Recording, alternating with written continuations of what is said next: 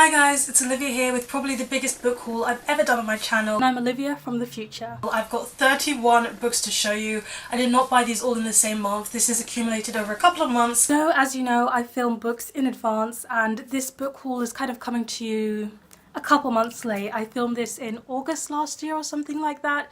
So I read quite a few of the books that I've mentioned here and I'm here to tell you my thoughts on them after past Olivia explains what she's got if I've read it. If I haven't read it, I won't show up. If I have, I'll be there. So see you on the first read book. But because I don't want this video to be too long, let's get right down to the books.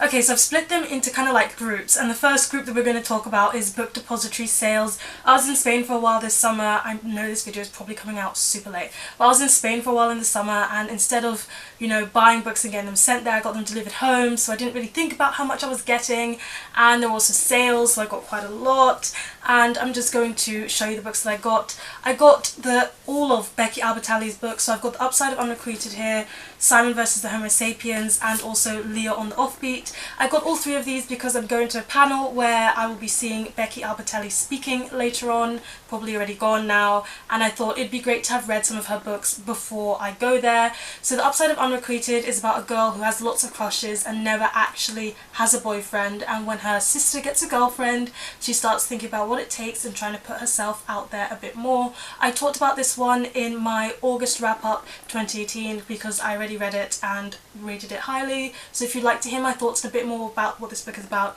I'll leave a link up there and in my description box below, so you can go and check that out. And then I also have, you know, Simon vs. the Homo Sapiens and Leah on the Offbeat. I haven't read the synopsis of Leah on the Offbeat because I know it's a bit connected to Simon vs. the Homo Sapiens and I didn't want any spoilers. It's about Simon who's kind of coming out about his sexuality in school and he's trying to, you know, deal with all the questions and navigate through life. I think that's pretty much it. I haven't actually watched the movie, which is very popular at the moment, but I can't wait to watch the movie after I read this book and its sequel. Simon Versus was so amazing. I finished that book in a single night and I watched the movie the next night. It was so great and it was so lovely and it was just so heartwarming as a contemporary. However, I didn't really like Leah on the Offbeat. I took 2 weeks off of reading after reading that because Leah was a terrible character and she was kind of awful and mean and impatient and not letting people figure out some things that they needed to figure out for themselves. Did not ship her ship, so yeah, no from me for Leah. Just read Simon Versus and be happy. Then yes, in a similar vein, on that panel where Becky Albertalli will be talking, Adam Silvera will also be talking. So I thought it'd be good to get some of Adam Silvera's books, and I wanted to read his books for a long time. So I got More Happy Than Not by Adam Silvera, which was recommended to me by Lola Reviewer, and I'll leave her Goodreads down below because she's most active there. And also They Both Die at the End by Adam Silvera, which I saw Little Book Owl read and basically bawl her eyes out about, so I'll leave a link to her channel down below. Those are the two people who made me want to read these.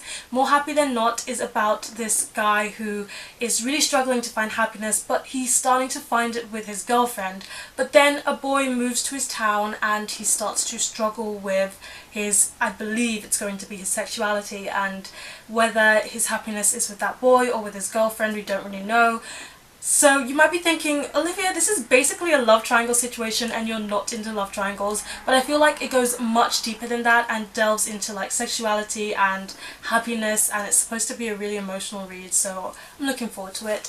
And then They Both Die at the End. You guys, the spoiler is in the title. I didn't give it to you and I feel like it's going to rip my heart out, because what happens in this world is you get a call that it's going to be your death day, the day you're going to die, and if you want you can choose to spend it. You're paired with someone and you can choose to spend it with them. So these two characters get paired as this is the day they are both going to die, and it just takes place in a single day, but you know, as the synopsis in the title says, they both have to die at the end. More Happy Than Not is probably at the moment what I would say is my favourite contemporary of all time. It was emotionally wrecking and it was so deep and it was just fantastic. I don't even have words. I was a bit disappointed with They Both Die at the End because while it was nice, I didn't care about one of the two characters, so I didn't really care about any of his chapters, and although it was like nice and enjoyable and a bit sad towards the end, as the title suggests it will be. It wasn't that amazing. I got The Year of Magical Thinking by Joan Didion. You probably can't see the cover because of the lighting.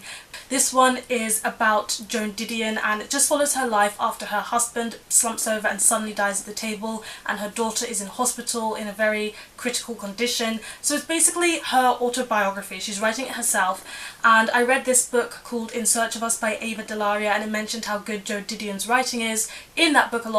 So then I had to go and buy that book, and I've already read it and I really learned so much from it. Highly recommended. I talk about it more again in my August wrap up, link down below. Then I read The Trial by Franz Kafka. Again, I read this one in August. Like, as soon as I buy books these days, I'm trying to read them as fast as possible, so I've read this one, August wrap up, to see my thoughts. This one follows Joseph K, who is on trial. He just wakes up in the morning and he's arrested and he's on trial for a crime, but he doesn't know what that crime is and nobody tells him, so how can he plead innocent? And it's just about him being stuck in this situation. Again, really good. August wrap up, if you'd like to know my thoughts on the Communist Manifesto by Karl Marx and Friedrich Engels.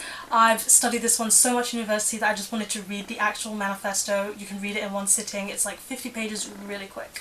Again, August wrap-up if you want to hear my thoughts on The Art of War by Sun Tzu, which I really did enjoy once again, and I just bought it quickly because it was in the sale, and I'm very interested in Asian history, so I decided I would just read this really quickly, one sitting once again. Okay, then let's talk about the fact that I read Ecstasy by Mary Sharratt and absolutely loved it, and that book I read it in July, so you have to check out my July wrap-up for that, link up there, link down below. But I read Ecstasy, and it's a historical fiction, and the main character is influenced by a lot of authors that she reads, and I've read some of them, like Henrik Ibsen, so I didn't need to get another book by them. So once she mentioned those books and those authors, I had to go and buy my own, and they're very cheap on the Book Depository. So I got Devils by Fyodor Dostoevsky, and also by that same author I got this book. I can't read the title, titles in the subtitles, sorry. But you can see the title and it'll flash up on the screen.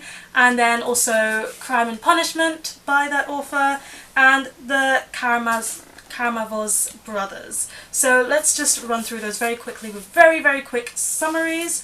So for the Karamazov brothers, what happens is that their father is murdered, and it's one of these three brothers, or maybe it's four, the cover makes it look like four, but I was pretty sure it's three. One of these three brothers have committed the crime, so it's a question of who will own up to it, and there's a lot of philosophical thinking going on as well as they're trying to work this through. And we've got Crime and Punishment, which is about this guy who suddenly feels called within him to do a brutal murder, and he's kind of questioning and asking himself, is it worth it? What's going on? Why do I have this pull, these feelings? And again, it gets very deep into that. Then for this one, it's about a prince who returns to his country and gets kind of caught up in the financial and political world, and lots is going on that he doesn't quite understand, and it's called into that and just going through a lot of philosophical things once again. And then lastly, for Devils, it's a satirical one, kind of like Animal Farm, I'm going to say, about revolutionaries, and there's a real situation where one person was strangled in 1868, I believe. One person was strangled and shot through the head and thrown into the lake only because his only crime was wanting to start a revolution. So now this is a bit of a satirical book about revolutionaries, and it delves into a lot of themes about revolutionaries and philosophical thinking. Now all of those four books are not very small books, they're quite big. I don't know when I think I'm going to find the time to read these tomes. I've got them and I'll read them one day. And then the last one was the Nietzsche novel, which is not actually a novel. There's two of them in this one book, Human, All Too Human, and Beyond Good and Evil. I don't know if that means I've bought 32 books this, period, or only 31. But anyway, so this is really just philosophy about humanity and good and evil. Okay, so the next book I'm going to show you is a book that I was gifted. I did not buy it. Memoirs of a Geisha by Arthur Golden, and this one is basically just following a geisha's life, of how she became a geisha and her situations with it. I've heard a lot of things about this one. I know there's a movie and I haven't seen it.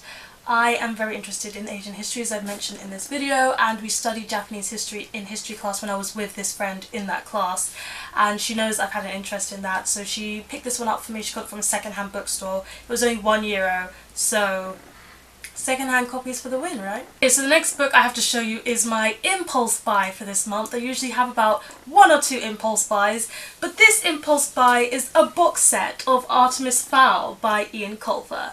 Now there's a bit of a story behind this. I follow this blogger called Stephanie from Book Fever, link to her blog down below, and she loves this series and rereads it so much. I always see her reading it on Instagram and on her blog, and I thought it's about time that I read the whole series. I remember when I was like 14 or 13 or something, I read the first book in the Artemis Fowl series, and I actually already own it, but I'm going to give that copy away to my sister or to somewhere, I don't know. But now I've got this whole box set. It was only 18 euros in TK Maxx, which is about 2 euros something for every book. I could not resist such a sale. And yes, it just follows a 14-year-old boy who is a millionaire, a genius, and most of all a criminal mastermind. But when he kidnaps a fairy called Captain Holly, he gets sucked into the fairy world, and it just goes on from there, being a wild ride. Okay, next we're going on to books that I bought for uni. I study English literature and creative writing, if you didn't know, which means I need to buy a lot of literature books, and also some for writing. So the first book that I got was Kid by Simon Armitage, and this is a poetry collection of like conversationalist, very casual poems. I've read like 6 or 7 of them, and I do intend to read more. I'm taking a poetry class. It's a poetry writing class for creative writing, but of course if you want to stay inspired, the best way to do so is by buying poetry and reading it. This edition is absolutely beautiful. It's a Faber and Faber first collection edition. Highly recommend it because it's beautiful.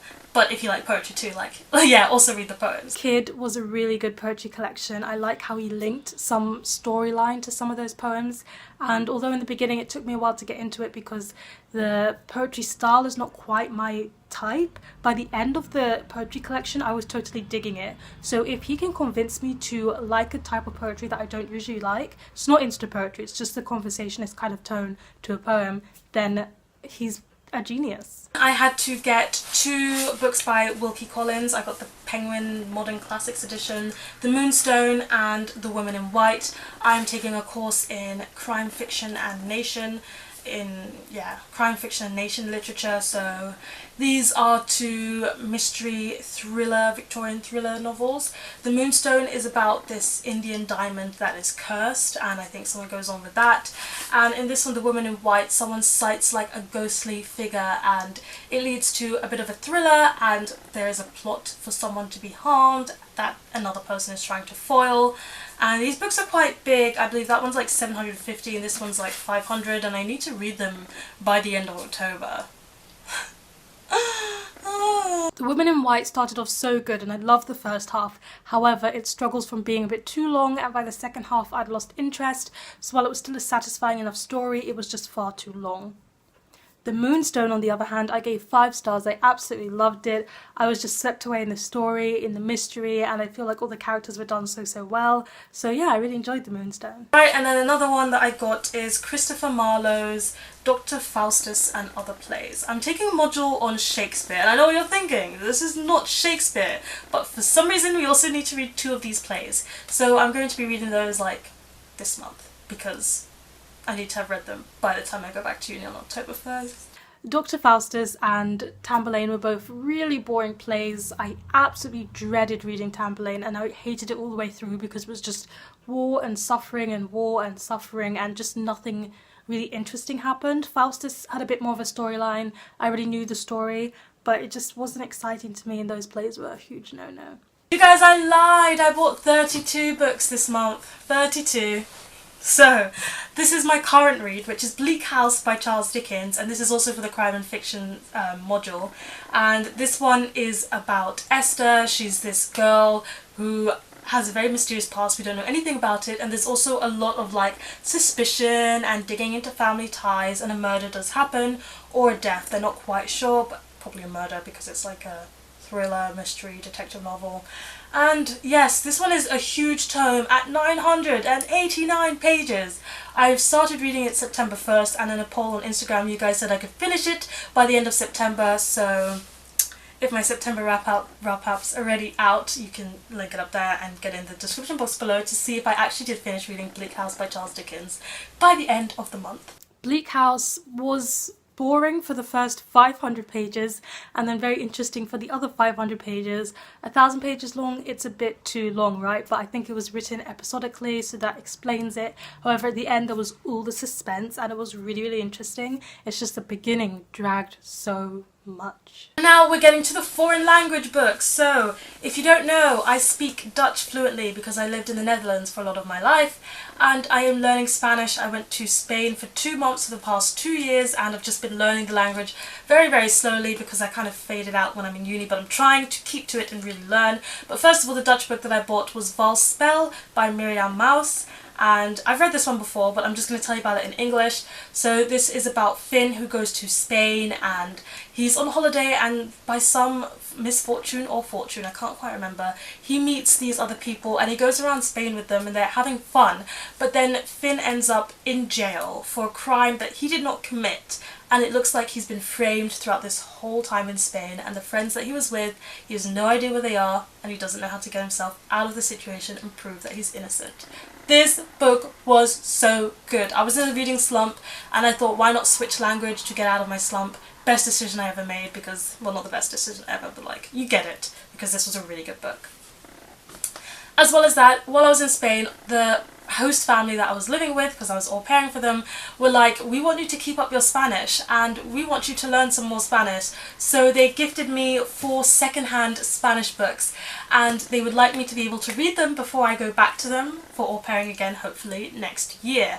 So I'm going to be studying and learning Spanish on my own throughout the year in hopes that I'll be able to read at least 1 or 2 of these books. So I'll show you the young adult one first, and that is Crepúsculo by Stephenie Meyer, which is Twilight by Stephenie Meyer.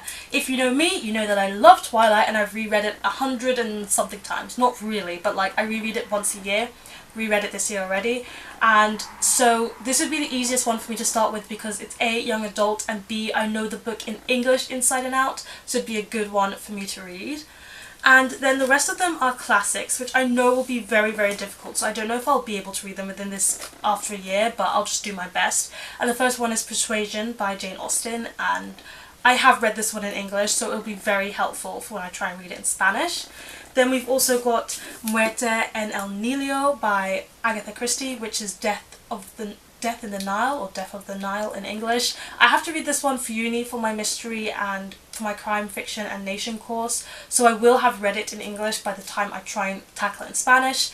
And then lastly we have De la Casa de los Espíritus by Isabel Allende, and I've read one book by her in the midst of winter, and I've got a book review for that one up, link above and down below once again. So that's that. Okay, so you reached the end of this video, 32 books instead of 31 because I'm a liar and I don't keep track of how many books I buy.